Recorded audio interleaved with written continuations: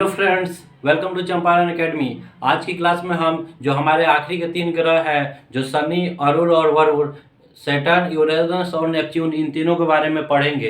अब तक हमने मरकरी, वेनस, मार्स, जुपिटर को पढ़ चुके हैं। जो अर्थ है इसको अभी हमने नहीं पढ़ा है। ये हम क्योंकि अर्थ पे रहते हैं तो ये यहाँ पे बहुत सारी चीज़ें पढ़ना पड़ेगा, तो इसको अभी हम बचा के रखें। इसको अलग से डिटेल में पढ़ेंगे। पहले हम जो छोटे जो ये ग्रह हैं इनको समाप्त कर लेते हैं, फिर हम अपने अर्थ को शुरू करेंगे। तो मेनली आज हम जो आखिरी के तीन ग्रह हैं उनके बारे में पढ़ने वाले हैं। तो आइए शुरू करते हैं। अगर अभी तक आपने चैनल को सब्सक्राइब नहीं किया है तो सब्सक्राइब जरूर कर ले। तो आइए शुरू करते हैं हमारे शनि जो सैटर्न ग्रह है इसके बारे में। यह सबसे कम घनत्व वाला ग्रह है, यानी यह क्या है, सबसे कम घनत्व, लेस डेंसिटी वाला ग्रह है। अब सबसे पहले समझते हैं कि डेंसिटी होता क्या है। बहुत सारे लोगों को पता ही नहीं है कि डेंसिटी क्या होता है। तो डेंसिटी कैसे निकाला जाता है कि किसी भी चीज़ का डेंसिटी क्या है। तो आप ये बॉक्स देख रहे होंगे, ये बॉक्स को देखेंगे तो इसमें तीन चीज़ें हमको मिलेगा। ये हमारा क्या हो गया, ब्रेथ हो गया। ये हमारा क्या हो गया, ये लेंथ हो गया, यानी चौड़ाई, लंबाई, और ये हाइट यानी ऊंचाई। जब कोई भी बॉक्स होगा उसमें ये तीनों क्या होगा, एक एक सीएम का होगा। जो यहाँ पर देख रहे हैं ये बॉक्स है, इसमें जो हाइट है ये 1 सीएम, जो ब्रेथ यानी जो चौड़ाई है वो 1 सीएम, और जो लंबाई लेंथ है 1 सीएम। ऐसा एक बॉक्स होगा जिसका एक एक सीएम तीनों होगा, हाइट भी होगा और लेंथ और ब्रेथ भी एक एक सीएम का होगा। और इस बॉक्स में जितना भी कोई भी सामान रखेंगे जितना आ जाएगा, और उसको जब यदि वेट किया जाएगा, तौला जाएगा, तो उसका जो वेट निकलेगा वही उसका क्या होगा, डेंसिटी होगा। आई होप आप समझ गए होंगे कि डेंसिटी कैसे निकाला जाता है। इसमें जितना भी ठूस ठूस के कोई भी सामान रखेंगे और वो जब उसको तौलेंगे, उसका वेट करेंगे, तो उसमें से जो भी उसका जो भी वो वेट होगा तो वही उसका क्या होगा, डेंसिटी होगा। आई होप आप समझ गए होंगे डेंसिटी क्या होता है। इसका घनत्व 0.7 ग्राम सेंटीमीटर क्यूब है, यानी जो शनि ग्रह है इसका डेंसिटी कितना है, तो 0.7 ग्राम सेंटीमीटर क्यूब। यानी कहने का मतलब क्या है, इसमें डेंसिटी ये जो सैटर्न हमारा शनि ग्रह है उसको रखा जाएगा, उसका मतलब उसका जो वहाँ पे जो मास है उसको रखा जाएगा।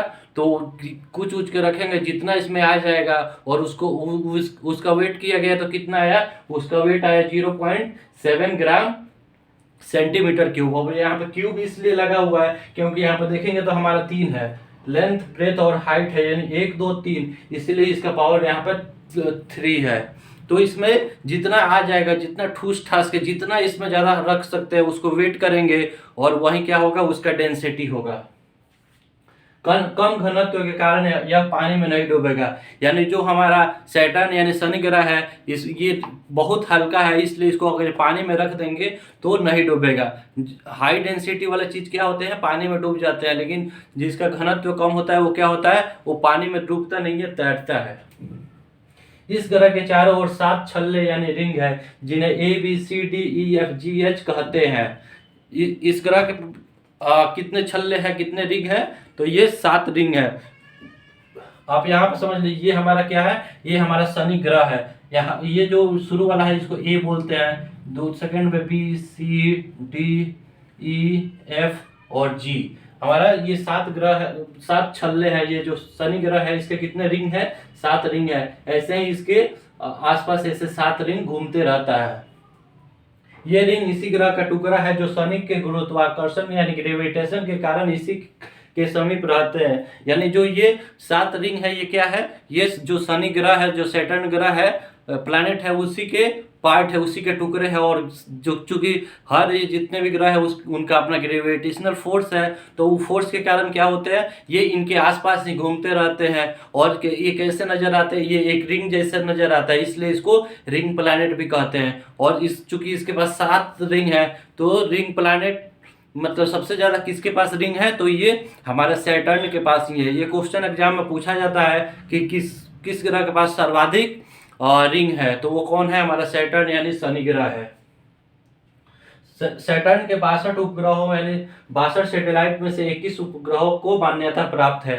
यानी जो हमारा सैटर्न ग्रह है उसके पास कितने उपग्रह है, उसके पास कितने हैं 62 उपग्रह की मतलब कहा जाता है 62 है, लेकिन अभी तक 21 उपग्रह है जिसको मान्यता प्रूव कर दिया गया कि हाँ ये उपग्रह ही है। आप यहाँ पे हमने कल समझाया था आपको, यहाँ पे बृहस्पति और मंगल के बीच में क्या है, यहाँ पे उल्का पिंड, पुच्छल तारा, ये सारी चीजें यहाँ पे उल्का रहते हैं। और ये क्या होते हैं बृहस्पति शनि ये सब अपने ग्रेविटेशन से इसमें से खींचते रहते हैं। तो कुछ यहाँ से क्षुद्र ग्रह को एस्ट्रॉइड को कौन खींच लिया है, शनि खींच लिया है। तो 62 को लगभग इसके पास जो भी चीज है सैटेलाइट है घूमते रहते 62 ऐसा देखा गया है कि उसके पास घूम रहे हैं, लेकिन उसमें से 21 को मान्यता प्राप्त हो चुका है कि ये उपग्रह ही है। उपग्रह किसे कहते हैं, जो पृथ्वी जो किस ग्रह का चक्कर लगाते हैं उनको उपग्रह कहते हैं। वैसे आकाशीय पिंड जो अपने ग्रह को ग्रह का चक्कर लगाते हैं उसको हम उपग्रह यानी सैटेलाइट कहते हैं। टाइटन शनि का सबसे बड़ा सैटेलाइट है जिसका आकार लगभग बुध यानी मरकरी के समान है। यानी जो शनि ग्रह है उसका सबसे बड़ा उपग्रह सैटेलाइट कौन सा है, तो वो टाइटन है। आप लोग टाइटन घड़ी भी देखे होंगे, टाइटन जो घड़ी है वो टाइटन नाम यहीं से लिया गया है। शनि का सबसे बड़ा ग्रह कौन है, टाइटन है। और इसका आकार कितना है, लगभग बुध के बराबर। जो हमारा ये मरकरी यानी बुध ग्रह है इसके आकार के बराबर इसके सैटेलाइट का आकार है। इसके वायुमंडल एटमॉस्फेयर में बृहस्पति जुपिटर के समान ही बहुत सारी गैसें पाई जाती है। इसी कारण इसे गैसों का गोला यानी बॉल ऑफ गैस कहा जाता है।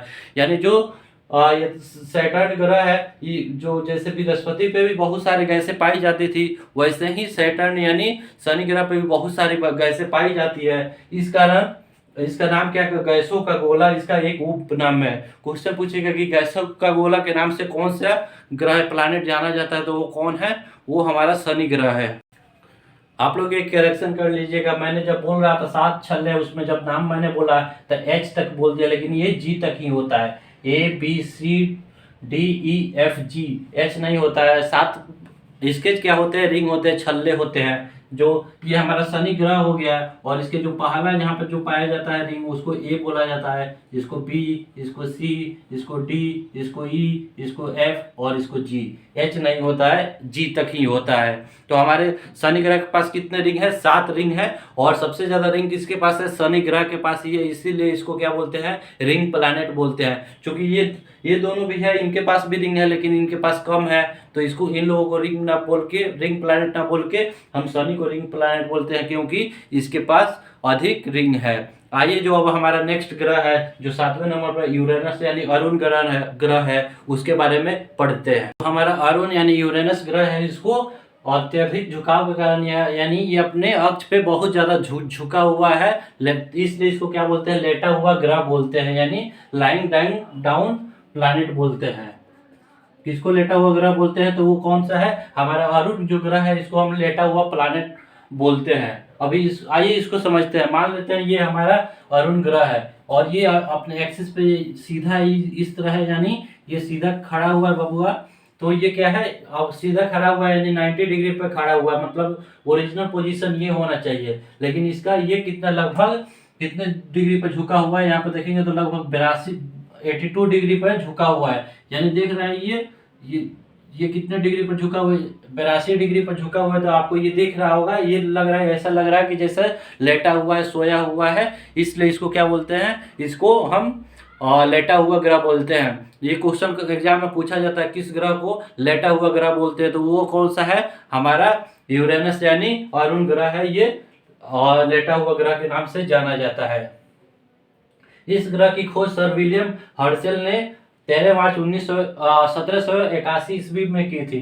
यानी यह पहला ग्रह था जिसको खोजा गया था टेलीस्कोप के मदद से। और किसने खोजा था, सर विलियम हर्शेल ने खोजा था। कब खोजा था, 13 मार्च 1781 ईस्वी को खोजा था। ये क्वेश्चन पूछा जाता है कि सबसे पहला जो वो कौन सा ग्रह है जो टेलीस्कोप के द्वारा खोजा जाता है, तो वो कौन सा है, हमारा अरुण ग्रह है जो टेलीस्कोप के द्वारा खोजा गया था। इसलिए इसको मॉडर्न ग्रह यानी आधुनिक ग्रह भी कहते हैं।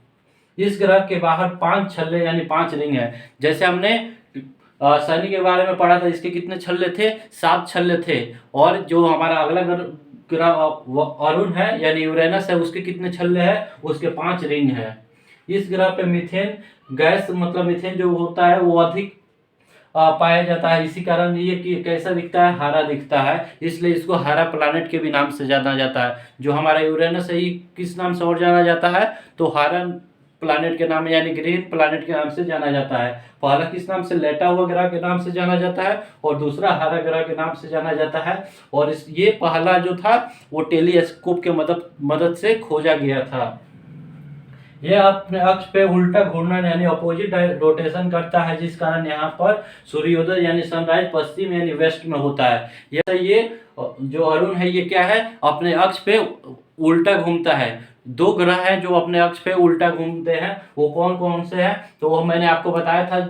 इधर से 2 नंबर ये वेनस यानी शुक्र है, और इधर से 2 नंबर यानी यूरेनस यानी अरुण है। ये दोनों क्या होते हैं? ये उल्टा दिशा में घूमते हैं। सारे जितने और बाकी जितने ग्रह हैं ये पश्चिम से पूरब की तरफ घूमते हैं। तो यहाँ पर सूर्योदय किधर होता है? हमारी पृथ्वी पर सूर्योदय पूरब में होता है, और बाकी सब ग्रह पे भी सूर्योदय का किस तरफ होता है? तो पूरब की ओर होता है। लेकिन जो हमारे इधर से लास्ट से सेकेंड यूरेनस और इधर से शुरू से लास्ट सेकेंड वाला जो शुक्र है, ये दोनों पे सूर्योदय किस दिशा में होता है? तो पश्चिम सूर्योदय यानी पश्चिम दिशा में होता है, यानी वेस्ट में होता है। तो ये क्या है? ये दोनों उल्टा जो रोटेशन है ये उल्टा करते हैं, पूरब से पश्चिम की ओर करते हैं। बाकी और ग्रह पश्चिम से पूरब की ओर करते हैं।